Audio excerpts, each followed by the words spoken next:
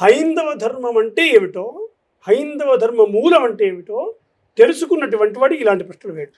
అసలు హైందవ ధర్మం అంటే ఏంటో తెలుసుకున్నవాడు ఇలాంటి ప్రశ్నలు ముమ్మాటికి వేయడండి. అలా ఆ తెలుసుకున్నా కానీ అలాంటి ప్రశ్నలు వేశాడంటే ఆ రోగానికి మందు లేదని అర్థం. అంతేగా, ఆ రోగానికి అయితే మందు లేదు అని నిద్ర నటించేవాడిని మనం ఏం చేయాలి ఇక్కడ. కాబట్టి ఇక్కడ ముందు హైందవ ధర్మం అంటే ఏమిటో తెలుసుకోవాలి, హైందవ ధర్మ మూలం అంటే ఏమిటో తెలుసుకోవాలి. మీకు తెలుసా హైందవ ధర్మ మూలం అంటే ఏమిటి? అంటే దీంట్లో నీ విమర్శ ఒకటి చేస్తాను గురుగారు.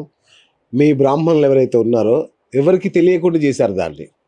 ధర్మం అంటే ఏంటో మాకు తెలియదు, ఏమనంటే గుడికి వెళ్ళండి, మొక్కండి, రండి, అంతవరకే ఉంచారు మిగతా వాళ్ళందరూ. అయితే చెప్తాను హైందవ ధర్మ మూలం ఏమిటంటే ఈ ద్వారా హైందవ ధర్మ మూలం ఏమిటో అందరికీ తెలియాలి.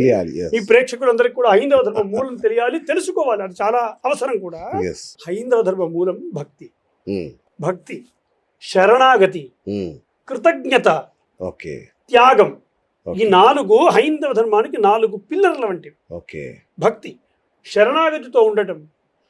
ఎలా అంటే ఇప్పుడు వాళ్ళు వేసిన ప్రశ్నే అనుకుందాం, అలాంటి పనికిమాలిన ప్రశ్నలకే చెట్టెక్కే శక్తి నాకున్నప్పుడు నేను ఎందుకు భగవంతుడికి పూజ చేయాలి? హైందవ ధర్మం ఏమంటుందంటే చెట్టెక్కే శక్తి నాకెవరిచ్చారు? నాకెవరిచ్చారు? నీవంటూ శక్తి ఇవ్వకపోతే నేను ఎక్కడున్నాను? నీవెక్కడ? అమ్మా నాన్న ద్వారా వచ్చిన అదేనండి. అమ్మా నాన్నకైనా శక్తి ఎవరిచ్చారు? వాళ్ళనైనా సృష్టించింది వాళ్ళ శక్తి, వాళ్ళకి కూడా శక్తిని ఇచ్చింది భగవంతుడే కదా. వాళ్ళకి ఇచ్చినటువంటి శక్తిని ఆయనే ఇచ్చాడు. ఈ శక్తి నాకు అంటూ నువ్వు ఇవ్వకపోతే, హైందవ ధర్మం యొక్క నీవంటూ నాకు శక్తిని ఇవ్వకపోతే నాకిక్కడిది శక్తి. ఇది ఒక భక్తి, శరణాగతి. నీవంటూ లేకపోతే నేనెక్కడున్నాను? నీవంటూ నన్ను సంరక్షించకపోతే నీవిచ్చినటువంటి శక్తితో భగవంతుడా చెట్టెక్కుతున్నా, కాబట్టి జై శ్రీరామ్. నీవిచ్చిన శక్తే, నీ ఇచ్చిన శక్తితో నేను చెట్టెక్కుతున్నా. చూడండి హనుమంతుల వారికి ఆయనకు శక్తి, ఆయనకు స్వతహా లంకను దాటగలే శక్తి ఆయనకు ఉన్నది, స్వతహానే ఉన్నది. అయినా తను భగవంతుడైనా తనకు తెలిసిన మరి అంతకంటే గొప్పవాడైనటువంటి రాముడికి నమస్కారం చేసి ఆయన ఆశీర్వాదం తీసుకొని ఆయన లంకకు ప్రయాణం ఆయన వెళ్ళాడు, దాటాడు. అలాగే రామచంద్రుల వారు వెళ్ళేటప్పుడు కూడా ఆయన భగవంతుడని ఆయనకు తెలిసిన ఆయన శంకరుణ్ణి పూజించి నారాయణుడిని పూజించి అక్కడి నుండి వెళ్ళాడు ఆయన. అంటే హైందవ ధర్మం అది శరణాగతి చెప్తుంది. నీవంటూ లేకపోతే నేనెవరిని? నాకంత స్థితి లేదు. అది హైందవ ధర్మం యొక్క మూలం. నీవిచ్చినటువంటి శక్తితో నేను చెట్టు దాకా వచ్చాను, చెట్టు ఎక్కగలిగాను. నీవు సంరక్షించడం వల్లే నేను పండు దాకా రాగలిగాను. నీవంటూ సంరక్షించకపోతే నేను పండు దాకా వచ్చేవాడినా? మధ్యలో కింద పడేవాడిని కాదు. నీవంటూ ఉన్నావు కాబట్టి నీవిచ్చినటువంటి భిక్షే ఈ పండు. అది కృతజ్ఞత, శరణాగతి భావం. నీవంటూ ఇవ్వకపోతే నేనెవరిని? నాకెక్కడుంది ఐడెంటిటీ? ఇది హైందవ ధర్మము యొక్క మూలం. అద్భుతం. హైందవ ధర్మ మూలం ఇది. నీవిచ్చిన పండుది, నీవు ఇచ్చినటువంటి భిక్ష. నేనేదో నా శక్తితో సంపాదించుకున్న పండు కాదు. కాబట్టి ఈ అనుభూతి కూడా నీకే చెందాలి. కాబట్టి శివార్పణం అని అంటారు. అంటే నాకు ఏ పండు వచ్చినా శివార్పణం, నారాయణార్పణం, రామార్పణం అని తింటాను. అంటే దాని అర్థం ఏమిటి? నేను పొందే అనుభూతి కూడా నీకే చెందాలి, నా అనుభూతి కూడా నీకే చెందాలి. అంతే త్యాగం, అంత గొప్పది. నేను పొందే అనుభూతిని కూడా నీకే ఏర్పడు. అంతే. ఇప్పుడు చూడండి హైందవ ధర్మంలో పెద్ద పెద్ద యజ్ఞాల దగ్గర నుండి లక్షలు పోసి కోట్లు పోసి యజ్ఞాలు చేస్తుంటారు, యాగాలు చేస్తుంటారు. అదే కాకపోయినా మన ఇంట్లో చిన్న చిన్న పూజలతో సహితంగా పెద్ద పెద్ద యాగాల వరకు ఏమి చేసినా లాస్ట్కు ఏతత్ఫలం పరమేశ్వరార్పణమస్తు అని అంటారు. అంటే ఏమిటి? నేను చేస్తున్న ఫలమంతా, నాకు వచ్చిన ఫలమంతా నీకే. మళ్ళీ ఎంత పెద్ద యాగం చెయ్యని ఏతత్ఫలం పరమేశ్వరార్పణమస్తు, ఏతత్ఫలం శ్రీకృష్ణార్పణమస్తు అని అంటారు. అంటే నేను ఫలం సంపాదించుకుంది మళ్ళీ నీకే ఇచ్చేస్తున్నా. ఎందుకు? నాకెందుకు? నన్ను రక్షించేవాడు నీవు కదా, నీకు కావాలి అది, నాకు అవసరం లేదు. నీకు కావాలి ఆ ఫలం, కాబట్టి నీ దగ్గరే ఉంచుకో. నన్ను సంరక్షించేవాడివి నీవు ఉండగా నాకెందుకండి మళ్ళీ ఫలాలు?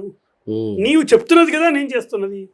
ఇంతటి త్యాగ బుద్ధి, త్యాగశీలత నా హైందవ ధర్మ మూలం. నాకు వచ్చిన ఫలం కూడా నీకే అర్పణ చేస్తా, అది నా హైందవ ధర్మ మూలం.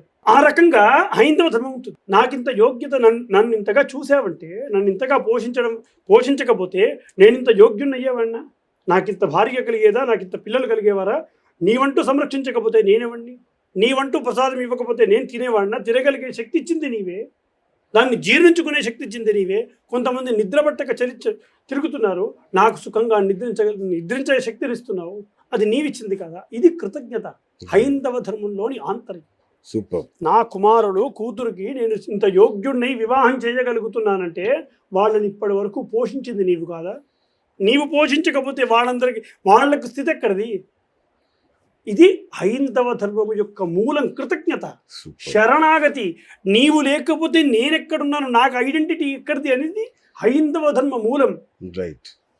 అందుకే శరణాగతి ఎంతగా ఉంటుందంటే మీరు చూడండి, వివాహంలో ఆ కుమారుడికి కానీ కూతురికి కానీ వివాహం చేస్తున్నప్పుడు సాక్షాత్ మహావిష్ణు స్వరూపాయ వరాయ, సాక్షాత్ మహాలక్ష్మీ స్వరూపిణీం నామ్నీం కన్యాం అని. అంటే నేను నీకే వివాహం చేస్తున్నాను, నీ వివాహాన్ని ఆచరిస్తున్నాను, నా కుమారుడికి కూతురికి కాదు, నీకే చేస్తున్నాను అనేటువంటి కృతజ్ఞతతో చేస్తారు, ఆ శరణాగతితో చేస్తారు.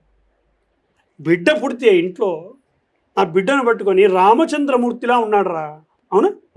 అంటే ఇదే చూస్తున్నా నేను, రామచంద్రమూర్తిలా ఉన్నాడు రా, శివయ్యే వచ్చాడు రా నీ ఇంటికి. ఇది నా ధర్మం, కృతజ్ఞత, శరణాగతి. నిన్నే చూస్తాను, అందుకే నీ పేర్లే పెడతా, శివయ్య, కృష్ణ, రామ అని నీ పేర్లే పెడతాను.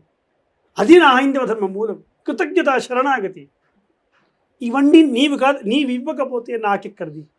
నీవంటూ నన్ను పరిరక్షించకపోతే నేనెవరిని, నాకెక్కడుంది ఐడెంటిటీ? ఓకే. కాబట్టి ఇలాంటిది, ఇలా నీవు పరిరక్షిస్తుండడం వల్ల నేను ఇంత యోగ్యున్నయ్యాను. కాబట్టి నీకేం చేయాలి? నేను కృతజ్ఞతగా నిన్ను వేడడం తప్ప, నిన్ను ఆరాధించడం తప్ప నేనేం చెయ్యాలి?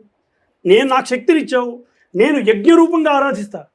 నేను చేసే యజ్ఞము ఏదైతే మీరు ఇందాక అడిగారో, యజ్ఞం కావాలి, నాకు ఒక వివాహం కావాలి, వివాహం కోసం నేను వెళ్తున్నాను, నా కుమార్తె వివాహం కోసం వెళ్తున్నాను. వెళ్ళేటువంటి దారివి నీవే చూపిస్తావు, ఆ శక్తిని కూడా నీవే ప్రసాదిస్తున్నావు. కాబట్టి అన్ని ప్రసాదిస్తున్నందుకు కృతజ్ఞతగా నేను భగవంతుని ఆరాధిస్తున్నాను. నేను నిన్ను ఆరాధించడం తప్ప ఏం చెయ్యాలి? నాకు శక్తినిచ్చావు, నేను యజ్ఞ రూపంగా ఆరాధిస్తున్నా. ఇంకొకరికి ఇంకో రకంగా శక్తినిచ్చావు, వాడు అభిషేకంగా ఆరాధిస్తున్నాడు. ఇంకొకటి అర్చన రూపంగా, ఇంకొకటి ధ్యాన రూపంగా, ఇంకొకటి యోగ రూపంగా, ఇంకొకటి మానసికంగా, వాడి శక్తి కొలది ఆరాధన చేస్తున్నారు. అవే యజ్ఞాలు, హోమాలు, అభిషేకాలు, అర్చనలు, దానాలు, ఇలా అనేక రకాల క్రియలుగా చెందాయి. సరే, అంత బాగానే ఉంది. మరి మంత్రాల పని ఏంటి? అదే, మంత్రాలే ఇలాంటి కామ్యాలను అనుగ్రహించేవి. ఈ కామ్యాలు ఏ ప్రతిపాదితమై ఉన్నాయి? ఇలాంటి కామ్యాలన్నీ కూడా ఎవరి శక్తి కొలది వారు ఆచరిస్తున్నారు కదా. ఆయా శక్తులను బట్టి ఈ కామ్యాలు దేంట్లో చెప్పబడ్డాయి? ఎవరు చెప్పారు ఈ కామ్యాలు చేయమని? నాకు ఆరాధిస్తాను. హైందవ ధర్మంగా మహర్షులు ప్రతిపాదించినటువంటి విధానమే నేను అనుసరిస్తున్నాను. ధర్మబద్ధమైనటువంటి కర్మలను చేస్తున్నాను. నిన్ను ఆరాధించడానికి ధర్మ కర్మలను ఆచరిస్తున్నాను. అందుకే ఏ కర్మ చేసినా హైందవ ధర్మంలో ఆ సంకల్పము అని చేస్తారు. ఏ కర్మ చేసినా సంకల్పం చేస్తాం కదా.